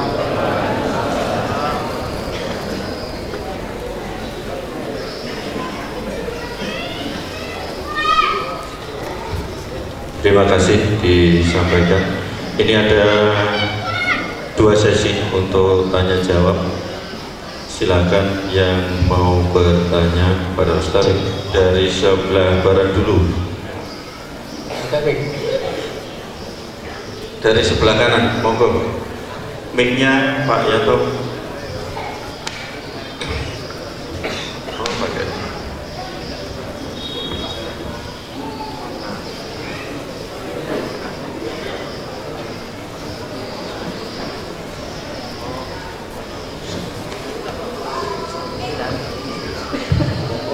Monggo dari sebelah kanan. Sebutkan nama dari mana Mas. Monggo berdiri. Assalamualaikum warahmatullahi wabarakatuh Ustaz. Waalaikumsalam warahmatullahi wabarakatuh. Perkenalkan, nama saya Anggi Wibowo, asli Purwodadi, Jawa Tengah. Sekarang lagi belajar bahasa di kampung Inggris Ustaz. Oh, Masya Allah. Jadi alhamdulillah pada kesempatan ini saya diberi waktu untuk bertanya, terutama ini terkait dengan bahasanya itu sebelum nikah maupun sesudah nikah. Juga hukum menikah itu seperti apa, Ustaz? Yang pertama itu ketika saya kan sering melihat kajian-kajian Ustaz juga di YouTube sejak lama lah, intinya seperti itu. Nah, pada waktu itu saya intinya Ustaz kan nikah muda lah seperti itu, usia 20 tahun. Kondisi pada waktu itu istilahnya sedang kuliah juga, ini kan seperti itu. Terus kemudian istrinya pun juga demikian. Kira-kira dalam kondisi-kondisi yang seperti itu, manajemen misalnya dalam mengatur keluarga, Ustaz ya, kan di satu sisi dia harus bekerja untuk mencari nafkah, di satu sisi dia juga harus menyelesaikan kuliah, di satu sisi juga membina keluarga lah, kan seperti itu. Jadi kalau pengalaman yang saya dapat tinjau dari teman-teman saya yang dulu pas waktu kuliah juga sudah punya istri gitu loh, itu terkadang ada yang karena sibuk mencari pekerjaan untuk menafkahi keluarga, tapi nggak tuntas kuliahnya itu. Kadang seperti itu, tuntas kuliahnya kan semesternya sampai akhir, seperti itu. Jadi kira-kira kondisi-kondisi yang seperti itu, jadi itu maksudnya sikap yang paling ideal itu seperti apa ya, strateginya seperti itu. Terus kemudian ini terkait dengan kondisi keluarga ketika seorang suami dia istilah kemudian mendapatkan istri yang bahasanya wanita karir juga, Ustaz. Wanita karir juga. Terkadang di suatu kondisi itu bahasanya itu saking bapak dan juga ibu itu pendidikan terhadap anak itu sering terabaikan, Ustaz. Jadi kadang anak itu limpahkan kepada mertuanya atau seperti itu loh, Ustaz. Jadi kira-kira kondisi yang ideal itu seperti apa ketika seseorang itu berposisi yang demikian, Ustaz? Ya. Intinya seperti itu, Mas. Cukup ya? Ya udah, terima kasih, Ustaz atas jawabannya. Saya mohon maaf apabila ada kesalahan terhadap pertanyaan saya. Wassalamualaikum warahmatullahi wabarakatuh. Satu lagi, Ustaz. Apa langsung dijawab, Ustaz?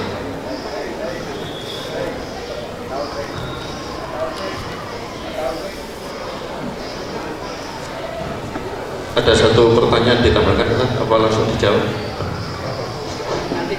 Sebentar, saya satu aja. Terima kasih. Assalamualaikum warahmatullahi wabarakatuh. Saya namanya Pak Abdul Aziz, ya, dari Masjid Al-Amin sini, Ustaz. Ini banyak orang tua ataupun guru-guru yang mengeluh ketika memiliki anak yang super nakal. Bagaimana cara mengatasinya dengan singkat dan tepat? Sebab ini banyak sekali orang-orang yang memprihatinkan karena pengaruh daripada kondisi saat sekarang ini, terutama ibu bapak, dan kedua para ustadz ataupun para guru dan ibu guru, bagaimana mengatasinya anak-anak yang super nakal. Terima kasih. Assalamualaikum warahmatullahi wabarakatuh. Terima kasih, Mas. Ini ada satu penanya dari Pak Kusnan Geden Ngoro. Anaknya sudah usia 35 tahun, Ustaz. Cuman kalau mau disuruh nikah, belum mau nikah, katanya nanti pada waktunya akan nikah sendiri. Putra. Ya. Itu aja, Ustaz. Dijawab dulu. Untuk sesi pertama kita jawab dulu. Baik, bismillah. Masallallahu alaihi. Yang pertama tentang pernikahan dan bagaimana seseorang menata hidupnya dengan berbagai tugas-tugas kehidupan yang lain, barangkali termasuk diantaranya kuliah. Sebenarnya banyak juga orang yang sudah menikah lalu kuliah lagi. Jadi soal nikah dengan kuliah itu tidak relevan untuk dipertentangkan, saya kira. Bahwa tidak semua orang punya kapasitas untuk kemudian mengatur dirinya, karena memang ketika kemudian nyuwun sewu sudah menikah ketika kuliah seperti yang kami jalani dulu, memang akan ada yang dikorbankan dari mungkin waktu bersenang-senangnya, ngumpul sama teman-teman gitu ya, kegiatan-kegiatan yang lain, game online, macam-macam itu pasti akan harus dihilangkan dari agenda kita. Agenda kita menjadi super serius, semuanya serius di dalam soal tugas-tugas yang lain maupun soal pernikahan. Itu saja sih sebenarnya, pada pokoknya bagaimana seseorang mengelola diri untuk kemudian menata apa yang harus dia tata sebagai pertanggungjawabannya atas segala sesuatu yang kemudian diambil sebagai pilihan. Maka kalau memang salah satu yang diharapkan mungkin dari dirinya ataupun orang tuanya, pernikahan itu akan dilangsungkan setelah misalnya menyelesaikan kuliah agar lebih tertata kehidupannya, tidak ada masalah, itu pilihan-pilihan saja bagi setiap orang. Kok saya dulu menikah di semester 4 menjelang semester 5 di kuliah, itu urusannya lain, karena ya bagi saya waktu itu saya merasa hukum menikah untuk saya sudah mendekati wajib. Ya, bisa dibayangkan ya, sesudah menikah saja godaannya kayak begitu, apalagi waktu belum menikah, gitu ya. Kalau orang hukum nikah itu wajib bagi seseorang kalau dia sudah memiliki kemampuan dan takut jatuh ke dalam kemaksiatan, itu hukum nikahnya wajib. Kalau seseorang dia memiliki kemampuan tapi tidak takut jatuh ke dalam kemaksiatan, maka hukumnya sunnah bagi dia. Kalau dia tidak memiliki kemampuan gitu ya, tetapi dia memiliki dan dia takut jatuh ke dalam kemaksiatan, yang harus dilakukan terlebih dahulu adalah menjalankan perintah Allah di dalam surah An-Nur untuk berpuasa misalnya dan sebagainya. Kalau dia mau menikah tapi ternyata dia kalau menikah malah memberikan madarat, maka hukum nikahnya bisa menjadi haram. Contoh, sudah tahu jelas bahwa dia kena HIV/AIDS, maka untuk sementara sampai misalnya dia bisa disembuhkan, hukum nikah baginya haram. Karena apa? Kalau dia nikah dengan yang sehat, dia akan memberikan penularan. Ini misalnya. Jadi kalau hukum pernikahan sendiri itu pada asalnya adalah sunnah Rasulullah SAW, bisa menjadi wajib, bisa menjadi tetap sunnah, bisa menjadi mubah, bisa menjadi makruh, bisa menjadi haram, tergantung kondisi yang ada pada seseorang. Al-hukmu yadur ma'al illah wujudan wa adam. Hukum itu mengikuti alasan yang menjadikan hukum itu ada. Ketika dia ada, maka menjadi terhukumi. Ketika tidak ada, maka hukum itu juga tidak ada. Demikian Allahu Akbar. Jadi ini soal memanage diri, dan memang ya tadi, kalau zaman sekarang barangkali dimudahkan Allah. Misalnya zaman saya dulu kalau mau jualan kan mesti punya toko, mesti punya kios. Tapi kalau zaman sekarang kan jualan bisa jualan online. Pelanggan nggak perlu lihat toko Anda itu rapi, bersih apa tidak, penting kiriman sampai tepat waktu. Itu kan, jadi Allah kan membukakan berbagai macam hal di kehidupan kita sekarang untuk cara bagaimana menafkahi istri misalnya gitu ya. Itu bisa kita ikhtiarkan. Atau jenengan ngajukan beasiswa LPDP kuliah di luar negeri, kita bisa untuk kemudian bersama istri dan lain sebagainya. Itu bagaimana kita memanage dan mengelola. Jadi tidak kita mempertentangkan antara misalnya kuliah dengan nikah, karena dua-duanya adalah kebaikan. Pendidikan maupun berkeluarga adalah kebaikan. Kemudian tentang suami istri yang berkarir dan pendidikan anak. Memang Di dalam Islam ini tanggung jawab orang tua atas pendidikan anak ini begitu besar. Dengan firman Allah Subhanahu wa taala, ya ayyuhalladzina amanu qu anfusakum wa ahlikum nara wa quduha an-nas wal hijarah. Ini adalah satu penegasan dari Allah bahwa tugas utama pendidikan keluarga itu suami. Suami ini punya tanggung jawab besar untuk memastikan istri dan anak-anaknya berada dalam tarbiyah yang menjaga mereka dari api neraka. Bahwa ada perkataan dalam bahasa Arab, madrasatul ula, itu tentu saja ada kelanjutannya, wal ab mutiruha, ya. Ibu adalah madrasah pertama bagi anak-anaknya, tapi direkturnya adalah bapaknya. Mutir itu artinya director, yang mengarahkan, yang memimpin, yang mengelola itu bapaknya. Jadi ibu madrasah pertama, tapi bapak yang akan menjadi penanggung jawab kelak di hadapan Allah Subhanahu wa taala. Maka bagaimana berbagi tugas suami dan istri untuk tetap menjaminkan anak-anak ini tidak kehilangan masa emas pendidikannya dari sentuhan orang tua. Kalau istri, saya masih termasuk yang konvensional untuk mengatakan ada 3 tugas wanita yang tidak bisa dikerjakan oleh laki-laki, dan itu mutlak menjadi tugas wanita. Yang satu hamil, yang kedua melahirkan, yang ketiga menyusui. Itu mohon maaf sampai sekarang laki-laki belum bisa. Jadi itu tetap akan menjadi tugas ibu, tugas wanita. Dan memang menyusui itu kontak fisik tetap diperlukan. Tidak hanya terasupnya ASI sebagai sumber nutrisi. Kalau soal terasupnya ASI sebagai sumber nutrisi ya tinggal diperes, masukkan kulkas, gitu ya. Kemudian kapan dibutuhkan bisa diberikan lewat botol kepada anak. Tetapi yang dibutuhkan anak bukan cuma nutrisi, tapi sentuhannya ibu. Bagaimana telinganya bisa mendengarkan denyut jantung ibunya, gitu ya. Bagaimana kemudian badannya bisa merasakan kehangatan rengkuhan tangan ibunya. Bagaimana kepalanya bisa merasakan elusan, diajak berkomunikasi. Ini juga adalah kebutuhan anak yang sangat besar, tidak kalah dari kebutuhannya akan nutrisi. Nah, bagaimana karir seorang ibu diatur supaya tugas-tugas peradaban ini untuk membesarkan generasi ini ya minimal tetap bisa berjalan.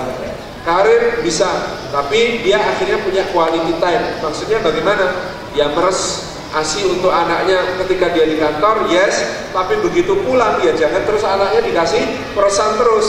Kontak fisiknya tetap harus dijalankan sebagai sebuah quality time dengan anak. Itu misalnya begitu. Jadi bagaimana quality time dengan anak ini dijadwalkan.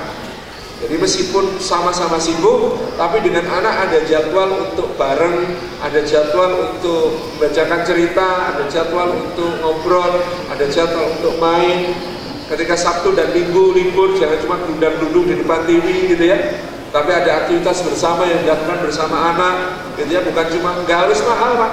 Yang namanya quality time sama anak itu nggak harus mahal. Yang penting dia bisa merasakan kehadiran kita. Di anak saya itu Pak, suatu saat sudah merencanakan rame-rame yuk piknik kemana? Hutan pinus di Mogiri, di Mangunan, di Deligo itu ada hutan pinus. Makanya anak-anak saya itu sudah rencanakan, sudah nyiapkan keranjang makanan, karpet, tenda dom, macam-macam itu sudah dimasukkan dalam mobil. Begitu mau berangkat, hujan turun deras. Apakah agendanya batal? Enggak Pak, karena yang terpenting itu bukan kemana tapi sama siapa kok. Akhirnya di ruang keluarga, kursi-kursi disingkirkan, lampu dimatikan, tenda dipasang, tikar digelar, gitu ya. Setel laptop, suara burung berkicau, gitu ya.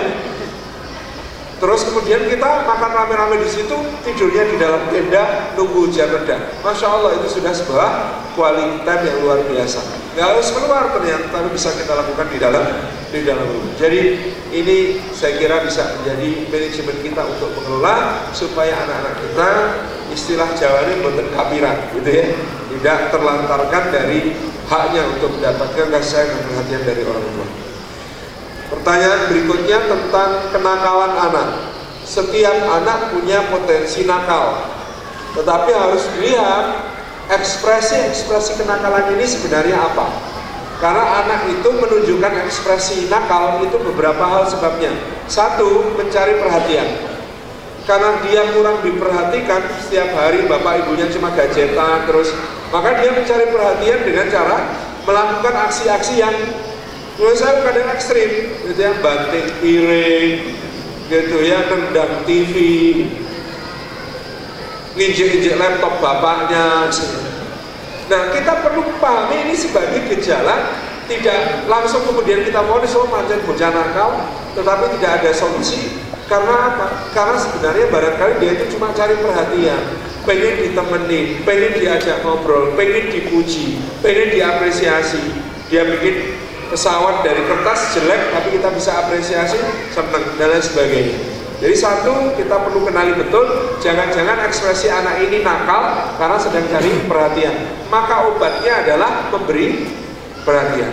Yang kedua, ada anak nakal, ada anak menunjukkan ekspresi kenakalan itu karena ada sebab lain lagi, gitu ya. Misalnya sebabnya adalah terpengaruh lingkungan.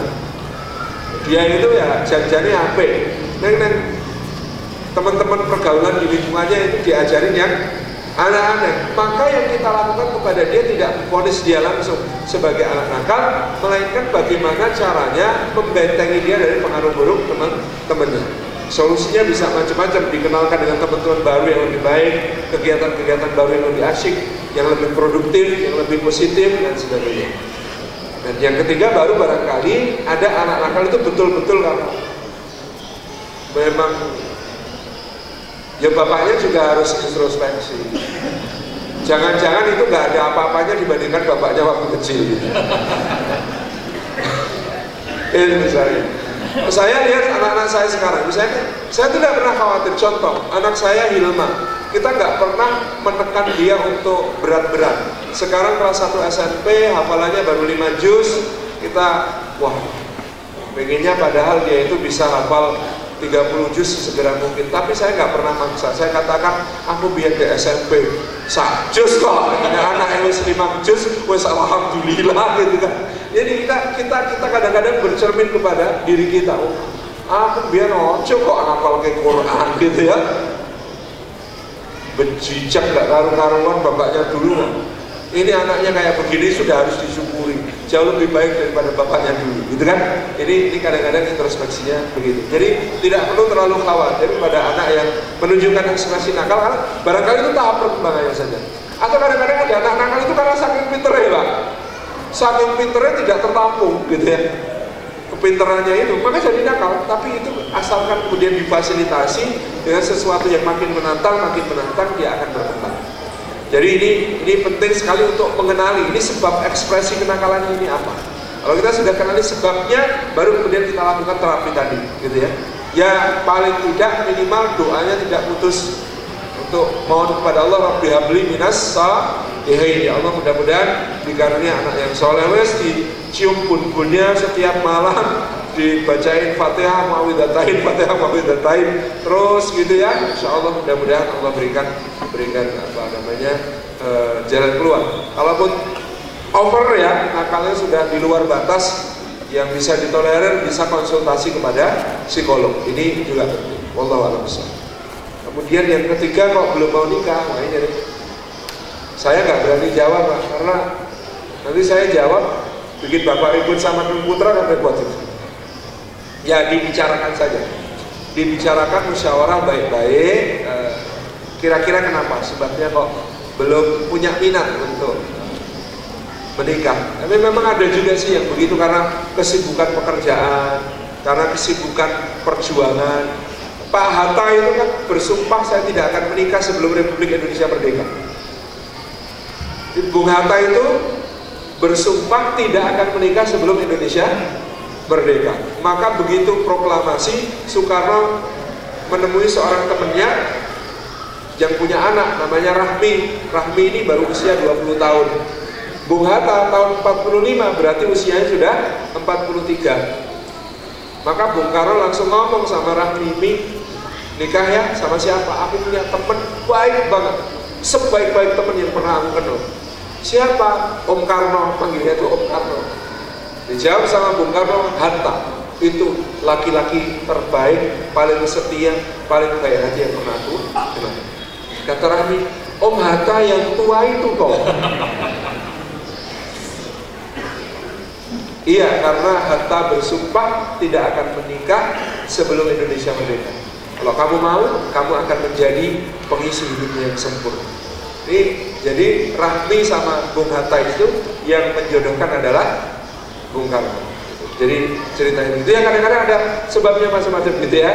Mudah-mudahan baik-baik saja, mudah-mudahan bisa dibicarakan dengan baik. Mungkin belum ketemu yang cocok di hati juga bisa, atau pernah tersakiti juga bisa. Barangkali perlu sedikit waktu untuk move on gitu ya. Wallahu a'lam. Ya. Masya Allah Ustaz. Ini karena habis ini Ustaz Salim Afila juga masih ada acara lagi, ada agenda. Untuk itu mari kita akhiri kajian ini. Alhamdulillah di pagi hari ini kita mendapatkan ilmu pencerahan yang sangat luar biasa. Mudah-mudahan bisa menjadikan keluarga kita sakinah mawaddah warahmah.